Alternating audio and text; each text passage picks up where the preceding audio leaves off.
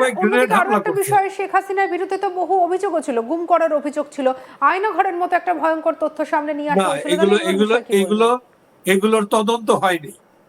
এগুলো শুধু রেটরিক, ওই জঙ্গি জিহাদি জামাতিদের, ইউনূসের এটা বক্তব্য, তাদের এই বক্তব্যগুলো, এটাকে আপনি স্ট্যান্ডার্ড ধরতে পারবেন না। আপনি তো কি হয়েছিল দীর্ঘদিন তার, সাংবাদিকতা করেছেন বাংলাদেশের মাটিতে, হ্যাঁ, আমি কখনো সেইভাবে আমি আপনাদের বলবো। রিসার্চে এমন কোনো তথ্য উঠে আসেনি?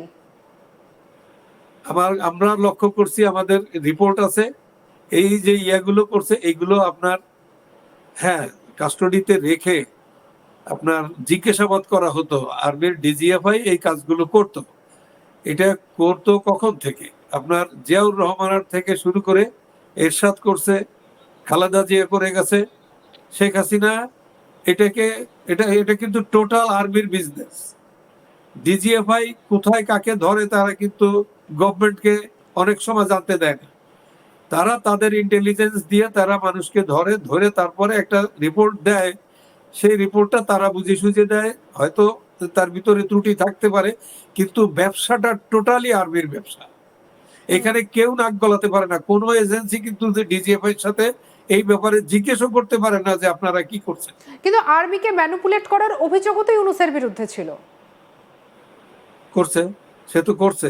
আর্মির ভিতরে আর্মি যদি সহযোগিতা না করত, তাহলে এই যে অপকর্মগুলো করলো, যেভাবে হত্যাযজ্ঞ চালালো, নারী নির্যাতন যেভাবে চললো, হিন্দুদের মন্দির ভেঙে দিল, হিন্দুদের বাড়িঘর জ্বালিয়ে দিল, হিন্দুদের মেয়েদেরকে যে লাঞ্ছিত করলো, তাদের উপরে ধর্ষণ করলো, কত একটা দুইটা ঘটনা না, অনেক ঘটনা। আপনারা অনেকে লজ্জায় বলেও না, চেপে যায়। আর যেগুলো একেবারে মৃত্যুপথ যাত্রী, তাদেরগুলো হয়তো পাওয়া গেছে, যাদেরকে মেডিকেলে নেওয়া লাগছে, যাদেরকে বাঁচানোর জন্য চেষ্টা করতে হয়েছে, সেই রিপোর্ট গুলো ছাড়া আর কোনো রিপোর্ট আপনি কিন্তু সব রিপোর্ট পাবেন না।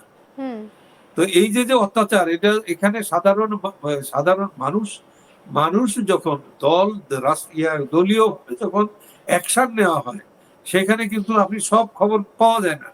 হ্যাঁ, সব খবর পাওয়া যায়, ওটা কিন্তু থাকে মানুষের কাছে। আপনি ওখানে ইনভেস্টিগেশন করেন, শান্তিপূর্ণ পরিবেশ তৈরি করেন, আর ল অ্যান্ড অর্ডার সিচুয়েশন তৈরি হোক, তারপরে আপনি ওখানে ইনভেস্টিগেশন করে মানুষের কাছে জিজ্ঞেস করে ওদের ভিকটিমদের কাছে জেনে, এটা ক্লিয়ার ইনভেস্টিগেশন হলে আপনি অনেক খবর পাবেন। ইনুস তো একটা প্রধানমন্ত্রীর পদমর্যাদায় থেকে ডাহা মিথ্যে কথা বলে গেছে। He is a confirm liar. সে সে সে তার কি, সে যে রেফারেন্ডামটা দিল, এই রেফারেন্ডাম তো আমার সংবিধানে নাই। সে এটা কিভাবে সে নিয়ে আসলো? আপনার বিএনপি যদি বলে যে আমাদের নোট অফ ডিসেন্টটা দেওয়া আছে, আমাদের সুপ্রিম অথরিটি হচ্ছে আমাদের সার্বভৌম পার্লামেন্ট, সেই পার্লামেন্টে আমরা মেজরিটি, পার্লামেন্টে আমরা এই যেটা সংবিধানে নাই সেটা নিয়ে আমরা ডিল করতে পারবো না। কিন্তু দেখলাম জামাতের সাথে এবং এনসিপি যারা এই দেশ ধ্বংসের জন্য যারা দায়ী, তাদের সাথে তারেক গিয়ে দেখা করলো এবং তারা একসাথে কাজ করবে বলল। তো সেখানে সন্দেহ দেখা দিচ্ছে সাধারণ মানুষের কাছে। সাধারণ মানুষের কাছে কিন্তু যারা দেশপ্রেমিক, স্বাধীনতায় বিশ্বাস করে, তাদের কাছে জামাত আর জঙ্গিরা কিন্তু গণদুশ্মন। সেই গণদুশ্মনের সাথে চলে সে তো বাংলাদেশে আসার সাহসই পায় নাই। তাকে যেখানে একটা ডেমোক্রেটিক ফোর্স, পৃথিবীর যে ডেমোক্রেটিক যে ফোর্স গুলো আছে, তারা তাকে হেল্প করছে, যার জন্য সে এখানে আসতে চাইছে। এখন সে যদি সেই অতীতের কিছুদিন আগের তার যে ভূমিকা, ইউনূসের সাথে যে কনস্পিরেচরিয়াল ভূমিকা, এইটা নিয়ে সে যদি আবার সেখানে ফিরে যায়, তাহলে কিন্তু আপনার সব কিছুই আবার সেই জিরোতে চলে যাবে। তাকে গণতন্ত্র, আপনি শেখ হাসিনার কথা, আওয়ামী লীগের কথা আমি বলি, কিচ্ছু করা লাগবে না তার। শেখ হাসিনার ওই যে অবৈধ যে এক্সিকিউটিভ অর্ডারে তাকে কার্যকলাপ, আওয়ামী লীগের কার্যকলাপ নিষিদ্ধ করা হয়েছে, এটা এক্সিকিউটিভ অর্ডারে এটা বাতিল করে দেওয়া যায়। তারপরে শেখ হাসিনার বিরুদ্ধে যে ফাঁসি দেওয়া হয়েছে, সেই ফাঁসির ওই ইয়েটাকে আপনি কোনো পৃথিবীর কোনো আদালতে এটা হবে না, নিবে না, অ্যাকসেপ্ট হবে না, অ্যাকসেপ্টেবল হবে না। তো কাজেই শুধু গণতন্ত্র প্রতিষ্ঠা করুক, সকলের অধিকার, আপনার বক্তব্য রাখার, freedom of press, freedom of expression, গণতান্ত্রিক অধিকার সে প্রতিষ্ঠা করুক, চালু করুক। আপনার শেখ হাসিনাকে আপনি দেখবেন, শেখ হাসিনা জয়, তারা যাবে বাংলাদেশে, দেখবেন বাংলাদেশের মানুষ কি করে। এবার আমি আপনার আপনার কাছ যদি থেকে একটা আইন বিষয় জানতে শৃঙ্খলা, চাইবো, আওয়ামী লীগ আমরা জানি যে বাংলাদেশে বর্তমানে নিষিদ্ধ। এবারে অন্যদিকে যখন ক্ষমতায় আসবেন, মানে যখন শপথ বাক্য পাঠ করে প্রধানমন্ত্রীর কুর্সিতে বসবেন তারেক রহমান, তারপরে কি মনে হয় তিনি কি আওয়ামী লীগকে কি এই নিষিদ্ধ এই সিদ্ধান্তকে কি প্রত্যাহার করার জন্য উদ্যোগী না, হবেন? এটা তো তাদের এখনই বলা দরকার। বলে তাকে আওয়ামী লীগকে ইনভাইট করে, আওয়ামী লীগ যদি প্রেজেন্স থাকে তার ওথ টেকিং এ, অনুষ্ঠানটা কেমন হবে। আওয়ামী লীগের তাকে ইলেকশনে আনা উচিত ছিল। তার ইলেকশনটা তো প্রশ্নবিদ্ধ ইলেকশন। সারা পৃথিবীতে বলা হবে যে এটা ইনক্লুসিভ ইলেকশন না, তার অনেক ভোট পেতে পারে, কিন্তু election was not credible, election was not free fair. এটা সবাই বলবে।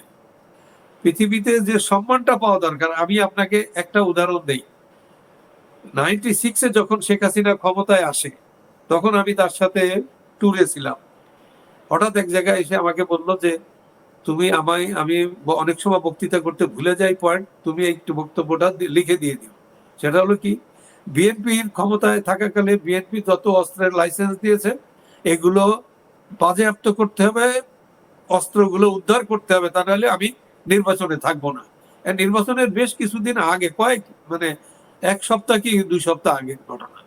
তো আমি বললাম যে আপনি এটা কি বলছেন, সারা দেশের মানুষ একটা আশায় বুক বেঁধে রয়েছে যে এবার আপনি নির্বাচিত হবেন, আপনি ক্ষমতায় যাবেন। এটা তো এখন তারা মনে করবে কি যে আপনি ভয়ে পালিয়ে যাচ্ছেন। তো উনি কি বললেন জানেন? উনি বললেন যে না, খালেদা জিয়া সরে যাচ্ছে, ইলেকশনে থাকবে না। তো খালেদা জিয়া যদি ইলেকশনে না থাকে তাহলে আমার এই ইলেকশনটা ক্রেডিবল হবে না। আমরা জয় করবো এটা আমরা জানি, এটা সাধারণ মানুষ, আমি গ্রামে গঞ্জে কিন্তু গিয়ে কিন্তু দেখছি। সেই জায়গাটা, সেই অতীতকে মনে রেখে সেই সম্মানের জায়গাটা তো তারেক রহমান দেখালেন না, নাকি তিনি দেখাতে পারলেন না না ইউনূসের চাপে? না, তারেক রহমানের সেই ম্যাচুরিটি এখনো আসছে বলে আমার মনে হয়। যেমন নেলসন ম্যান্ডেলা কি করছে, অ্যাপারথাইডের বিরুদ্ধে যে তারা জীবন মন সংগ্রাম করছে, সে এসে কি করছে, সবাইরে মাফ করে দিয়েছে এবং সবার সাথে একসাথে কাজ করবে, এই ঘোষণা সে দিল। তার বিরুদ্ধে যারা ছিল তাদেরও সবাইকে নিয়ে, এবং সে একমাত্র এক টার্ম ক্ষমতায় ছিল। সে জানে, লিডার যারা তারা জানে তাদের লিমিটেশন। একজন সাংবাদিক সেও জানে তার লিমিটেশন কি। আপনি আপনার লিমিটেশন না বুঝলে তখন আপনি রং ডুইংটা তখনই এসে যায়। তো হ্যাঁ, কিছু লোক, এই জন্য মানুষের রাজনীতিবিদদের অ্যাডভাইজার থাকে, সকলের সাথে বসে টিম থাকে, তারা বসে একটা সিদ্ধান্ত যখন নেয়, যেটা পার্টির সিদ্ধান্ত হয় সকলের, একেবারে সকল স্টেক হোল্ডারদের নিয়ে বসে যদি যে সিদ্ধান্তটা হয়, সেই সিদ্ধান্তটা কারেক্ট সিদ্ধান্ত হয়। তো ব্যক্তিগতভাবে